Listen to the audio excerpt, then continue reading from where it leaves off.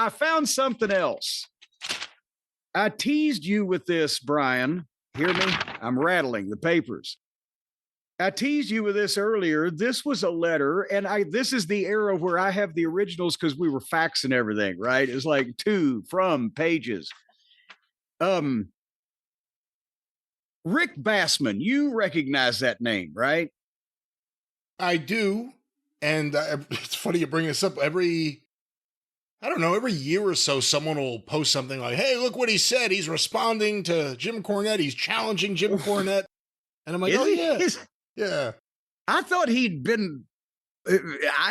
had some type of ill health, been hospitalized, put in a home somewhere, something. I haven't heard about him in years, but because this is from 2004. Okay. But for the people who don't know, and that's probably a lot of you, his claim to fame was the picture with Ultimate Warrior and Sting. He's the guy in the early mid 80s, 84, whatever it was.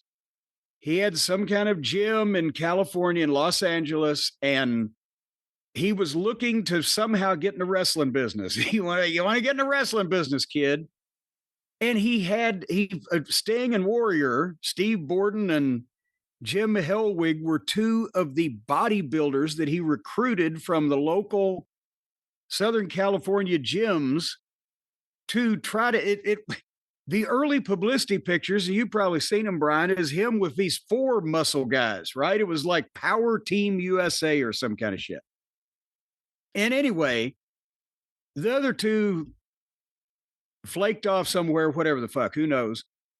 And Sting and Warrior, the future Sting and Warrior, said, let's get the fuck out of here. Yeah, so let's get the fuck out of here because they just sent pictures out. And bless Jerry Jarrett, he'll take some green talent that'll work for cheap in a heartbeat. And that's when they went to Memphis and began their careers. But Bassman, like, I think got him tights and had pictures taken in a ring was the total of his, because you've seen the early video of Sting and Warrior. And anyway, then later on, he set up some kind of wrestling school out in California, in Los Angeles in the 90s. And he was involved in some of those inside pro wrestling secrets documentaries that were going around where they showed everybody how to do everything. Before that it was somewhat frowned upon still in that environment, let's say, years ago. But also, I'm trying to remember the timeline, but before I even had any sideways issues with him from OVW, I'm thinking it was probably 97-ish or something. The first time I'd ever seen him in person, I believe, this fucking guy shows up at a TV we're doing out there, the WWF television, and one of the dark matches, they've got 2 guys from whatever he's running.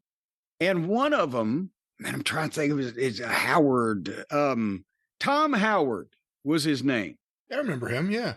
And he was a big guy with a nice physique, 230, 40, whatever he was, and blonde hair, kind of like, early Sting maybe. And you would look at him and say, well, he should be a Viking instead of Ludwig Borga, and he's not a psychopath, right? And he could do some shit. He was pretty good. But his partner was this big cartoon muscle. He looked even bigger than the early pictures you see of Warrior. I didn't know how the fuck that they didn't have to custom make this guy's fucking clothing from scratch. He was just ridiculously big. And they're going to be a team. And I was like, ugh. And then there's Bassman. He's going to go out and manage them. Is their manager, Ricky B. This little bald peanut-headed dipshit is like 5'2" or whatever. And he's out there with his cartoon muscle guy and Tom Howard's doing some shit and he's trying to make the most of his time. And there was 2 minutes of Tom Howard where if you thought, wow, he might be worth something. But it was weighed down by the other 5 minutes of this fucking muscle guy might have had 3 wrestling lessons, and the manager didn't know how to manage, and nobody knew who the fuck he was or what he was supposed to be doing anyway. And but then in the late 90s, Bruce Pritchard, Brother Bruce, Brother Love, started going out there and visiting his school. And the only explanation I give you is one time he said, well, he flies me out and takes me out there and everything. It was a vacation for Bruce to go from Connecticut to Los Angeles to look at guys at a wrestling school so he could go out in LA and be wined and dined by Rick Bassman. And I'm like, I tell you, I'll stay here. You bring some bitches to me.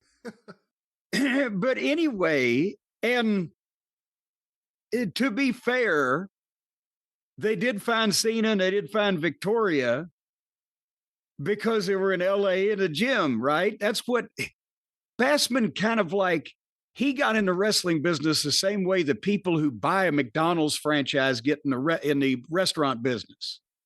You know, here I've got a gym, good looking people in California, come here and I'll teach you absolutely nothing. But he was also doing a deal where he was signing guys to contracts where if they got a deal and they got a career and made money, he got part of their money. And there was several people, I won't mention any names, were actively for a while trying to get out of that. So then, while we're here, I'm here in OVW, right? This was, I'm going to say, again, early 2000s, not sure the exact year, but we're running the shows at Six Flags Kentucky Kingdom. And Bassman's deal out there at one point had a developmental contract, but I don't even remember why they canceled it, but they canceled it for something else that he was doing or was going on. But we hear from our people at Six Flags over here, Kentucky Kingdom, hey, we just got this brochure in the mail from somebody, and they're saying they can bring us wrestling, and there's a picture. This is when Cena was here as a prototype. So I'm thinking it may have been it had to be 2001, right? Maybe 2002 before he left. And his picture is on the fucking cover of the brochure while he's wrestling here on their shows. And I said, what the fuck?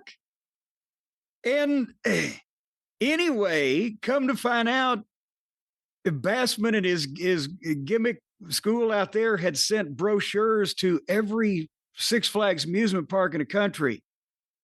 And claiming that he had an affiliation with the WWF. He did at one time, but he didn't currently at that point, and put the most recognizable fucking piece of talent that he had produced on the cover, which was still just a guy in developmental for us in OVW. So I called the office and I told Bruce, I said, this little fucking peanut-headed piece of shit. Number one, he's saying he's still hooked up with you guys.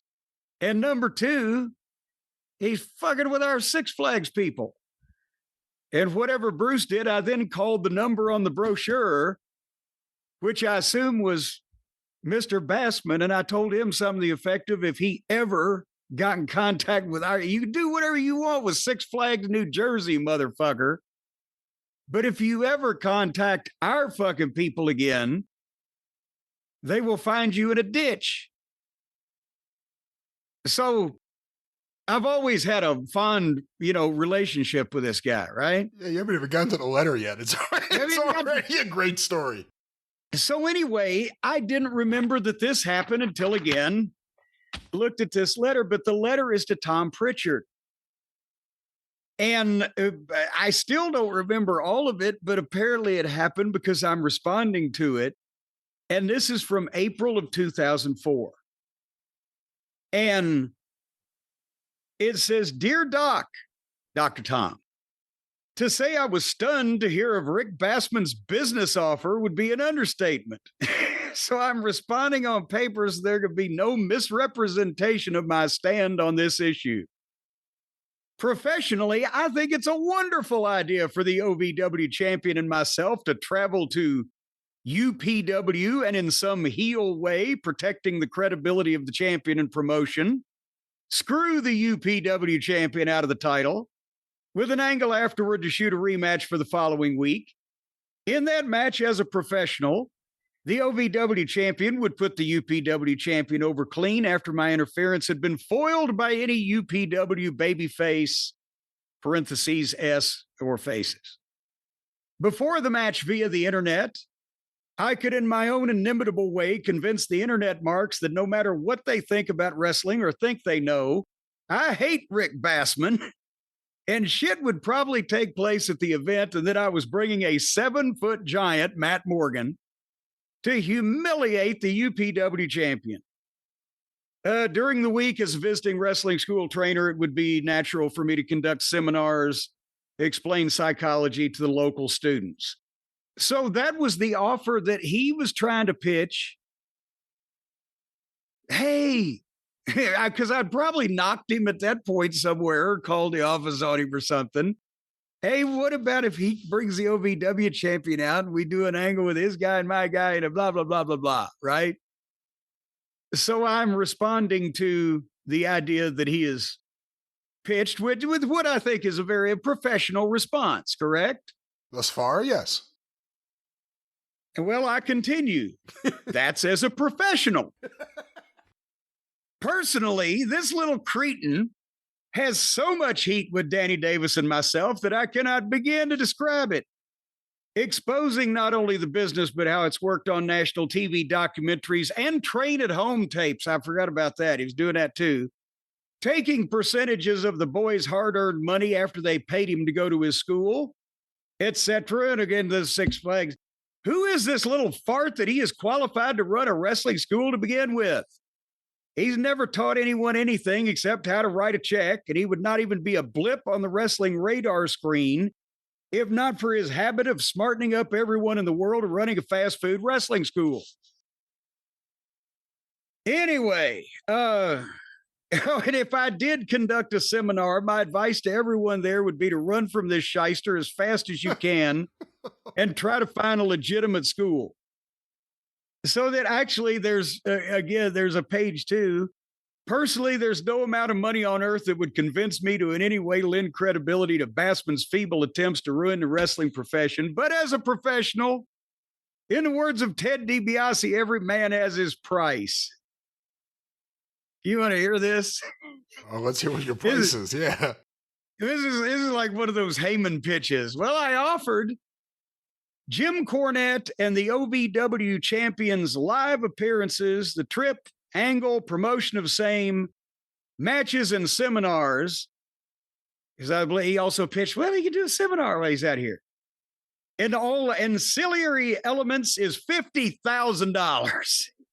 A cashier's check for 50% of the money would have to arrive in my hands at least 2 weeks prior to the dates. Blah, blah, contracts, cashier's check, balance on arrival, cover mine and Matt Morgan's talent fees, transportation, lodging, and meals, all of which we would arrange on our own.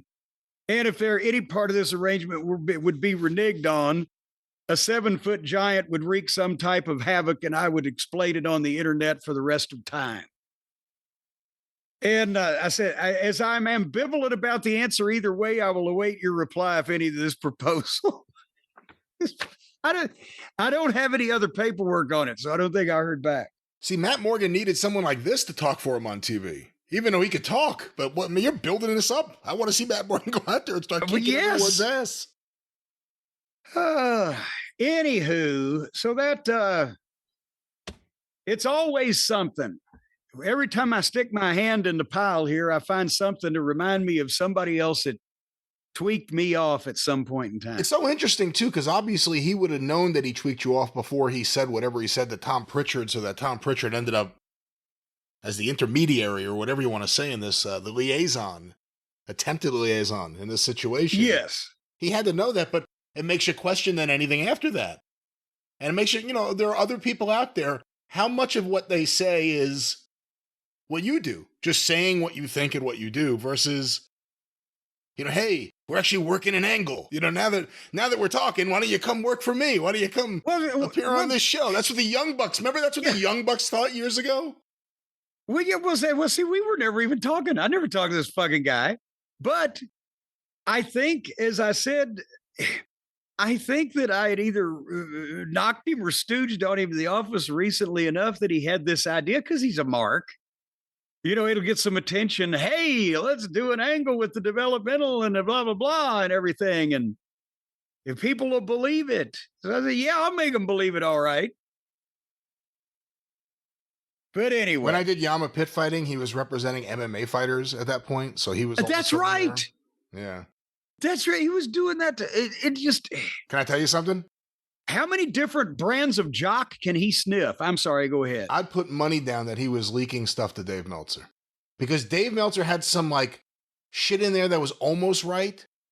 But it was there was weird things that were off. Almost like someone didn't really know what was going on. And I was like, okay, who's representing this fighter and this fighter and this fighter and this fighter and knows Dave Meltzer? And that's why. Well, I don't think you can actually accuse him of being a leak. He's more like an open fucking fire hydrant to get attention or publicity or credibility or leech one of those things off somebody. But nevertheless, hey, Rick, if you're still alive and they haven't confined you, how are you?